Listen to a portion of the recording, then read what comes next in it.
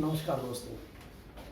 आज का जो हमारा टॉपिक रहेगा वो रहेगा जैव विकास कि पृथ्वी पर जीवन की उत्पत्ति किस तरीके हुई है, कौन कौन से सिद्धांत के अनुसार जीवन का विकास मान्य है।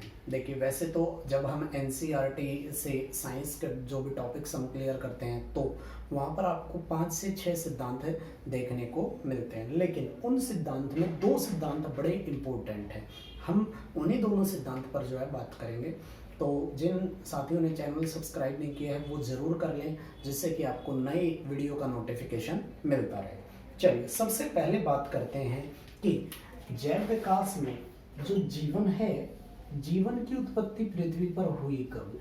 तो पृथ्वी पर जो जीवन आया था वो लगभग 3.5 करोड़ वर्ष पहले आया। लगभग 3.5 करोड़ वर्ष पूर्व जीवन की उत्पत्ति हुई। और जीवन है, जीवन में सबसे पहले जो जीव पृथ्वी पर आए थे वो थे साइनोबैक्टीरिया। अगर हम साइनोबैक्टीरिया की बात करें तो यूनिसेलुलर हैं, एक कोशिकीय जीव थे, और वो जो है धीरे धीरे जल में और जल में फिर मल्टीसेलुलर, और उस तरीके से जल और स्थल के मिले जुले स्वरूप के जीव, जिसको कि हम एम्फीबियन कहते हैं, उभयचर कहते हैं।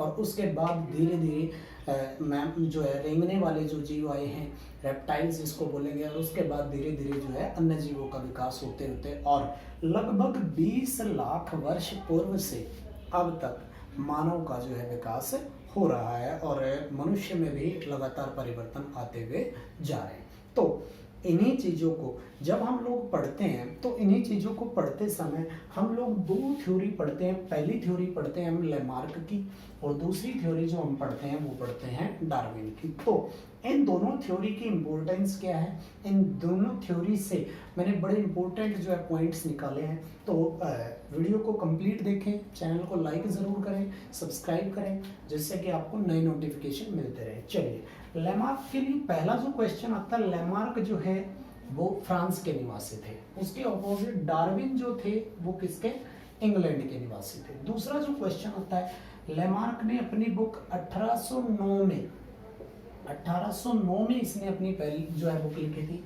और डार्विन ने अपनी जो बुक लिखी थी 1859 में 1859 में लिखी थी। लेमार्क की बुक का नाम है फिलोसॉफिक जूलॉजिक, और डार्विन की बुक का नाम है origin of species by natural selection. Origin of species by natural selection. तो सबसे पहले जो मैं बात करूंगा वो बात करूंगा लेमार्क की थ्योरी की, जिसको कि हम क्या बोलते हैं, लेमार्कवाद बोलते हैं। और लेमार्कवाद के बाद हम जो है क्लियर करेंगे डार्विनवाद। चलिए, सबसे पहले लेमार्क ने जो थ्योरी दी है, लेमार्क की थ्योरी में सबसे पहला पॉइंट है वातावरण परिवर्तन से नई आवश्यकता। लेमार्क ये कहते हैं कि पृथ्वी पर जो भी वातावरण था उस वातावरण में लगातार परिवर्तन आते रहे, और उस परिवर्तन के कारण से नई नई आवश्यकताओं का जन्म हुआ है। हर जो जीव है उसको नई चीज की जरूरत पड़ी, तो उस नई चीज की जरूरत के कारण से ही उसमें क्या आ गई, नई हैबिट आ गई। तो उन नई हैबिटों के कारण से वातावरण परिवर्तन से नई आवश्यकता आ रही है, और उस नई आवश्यकता ने नई नई आदतों को जन्म दे दिया। उन्हीं नई आदतों के कारण से शरीर के कुछ अंगों का उपयोग होने लगा और कुछ का अनुपयोग होने लग गया, कि कुछ अंग जो है वो ज्यादा प्रयोग में आने लग गए, और कुछ अंग हैं जिनको या तो प्रयोग कम हो गया या बिल्कुल खत्म हो गया। और उसी के कारण से जिन अंगों का प्रयोग कम हुआ या ज्यादा हुआ तो शारीरिक रचना में परिवर्तन आया। जो बॉडी स्ट्रक्चर था किसी भी जीव का उसमें क्या आ गए, चेंज आ गए, और उन चेंजेस के कारण से नए गुण आने शुरू हुए। फॉर एग्जाम्पल, अगर हम लोग अभी की कंडीशंस को देखें तो मानव शरीर में एक अंग होता है जिस अंग का नाम है अपेंडिक्स। यह माना जाता है कि पहले मनुष्य की पूंछ होती थी, लेकिन उस पूंछ की उपयोगिता नहीं थी, मतलब क्या था, अनुपयोग था।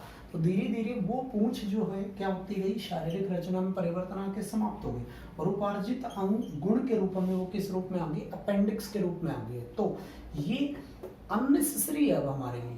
तो इस चीज को हम ध्यान में रखेंगे कि उपयोग और अनुपयोग के कारण से शारीरिक रचना में कुछ परिवर्तन आए, उस परिवर्तन से नए गुण बनने शुरू हुए और उन्हीं गुणों के आधार पर वंश गति का नियम चलता है कि जब एक पीढ़ी दो पीढ़ी में, जब किसी पीढ़ी में कोई गुण आ जाता है तो उससे आगे आने वाली पीढ़ी तक वह गुण किसके आधार पर, वंश गति के आधार पर, या कह सकते हो जेनेटिक्स बेस पे जो है वो आगे चला जाता है कि एक पीढ़ी से दूसरी पीढ़ी में आने वाला गुण।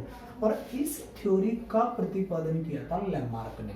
तो इस थ्योरी को आप कहेंगे लैमार्कवाद। और लैमार्कवाद बेसिस ऑन वातावरण कि एनवायरनमेंट में चेंज होने के कारण से नई आवश्यकताएं, जिसके कारण से अंगों का उपयोग और अनुपयोग होने लग गया और शरीर की रचना में परिवर्तन आए, जिसके कारण से आने वाली पीढ़ियों में जो वंश गति का नियम है वो लागू हो गया। उसके बाद अब हम जो बात करते हैं वो बात करते हैं डार्विन की। डार्विन ने लैमार्क की थ्योरी को क्लैश नहीं किया और इनके अपने अलग नियम हैं और इन नियमों को सबसे अधिक मान्य माना जाता है। डार्विन की जो थ्योरी है उसको बहुत मान्य माना जाता है। किस तरीके, डार्विन ये कहते हैं कि ओरिजिन ऑफ स्पीसीज नामक बुक के अकॉर्डिंग जो मेन पॉइंट है, मेन पॉइंट जो सबसे पहला है कि सभी जीवों में संतान उत्पत्ति की शक्ति होती है। प्रत्येक जो जीव होता है वो संतान की उत्पत्ति कर सकता है, नए जीव को जन्म दे सकता है।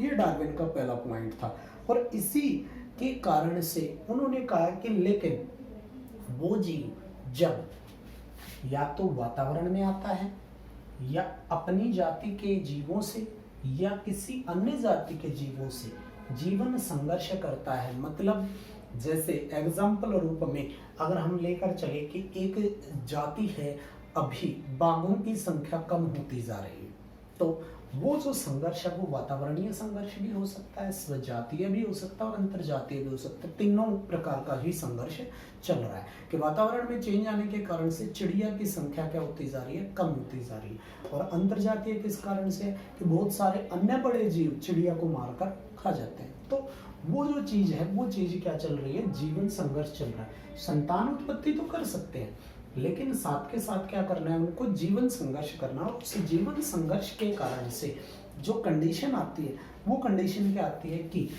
उनकी वंशगति में लगातार क्या आती है, विभिन्नताएं आती है, वैरायटीज आती है अलग अलग तरीके की। जब एक जीव दूसरे जीव के संपर्क में आने से तो नई संतान उत्पत्ति जरूर होती है। और फिर आता है समर्थ का जीवित। चौथी जो पॉइंट यहाँ पे डार्विन ने बोली है वो ये बोली है कि पृथ्वी पर या जहां पर भी जीवन है केवल वही जीव जीवित रहता है जो क्या है, समर्थ है, कैपेबल है,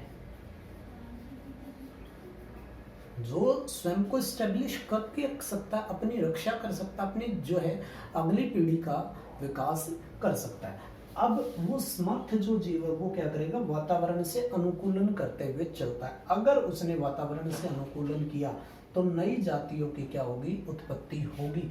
अगर वातावरण से अनुकूलन नहीं किया तो वो जाति क्या हो जाती है, समाप्त हो जाती है। ये बात बोली है डार्विन ने और इसका एग्जाम्पल डार्विन ने किसके रूप में दिया, पहला एग्जाम्पल देता है डायनासोर के रूप में कि जो डायनासोर थे, डायनासोर बहुत शक्तिशाली थे, वातावरण से जो है वो संघर्ष नहीं कर पाए कि वातावरण में आने वाले चेंजेस के कारण से वो डायनासोर क्या हो गए, नष्ट हो गए। तो यहाँ पर जो महत्व है वो किसका है, जीवन संघर्ष का महत्व अत्यधिक है।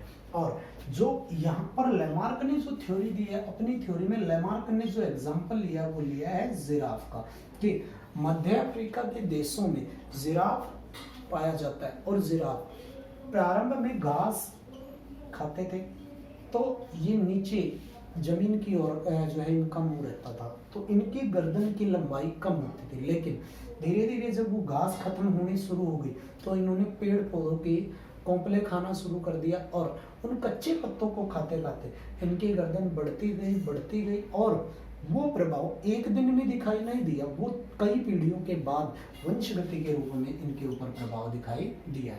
यहाँ पर जो है वो वंशगति का नियम वातावरण परिवर्तन के अनुसार होगा और यहाँ पर जो मुख्य चलेगा वो चलेगा जीवन संघर्ष। तो आशा करता हूँ आपको डार्विनवाद और लैमार्कवाद दोनों के अंतर समझ में आ गए होंगे। तो लगातार जो है पूरी की पूरी साइंस के टॉपिक्स हम आपको कवर कराएंगे।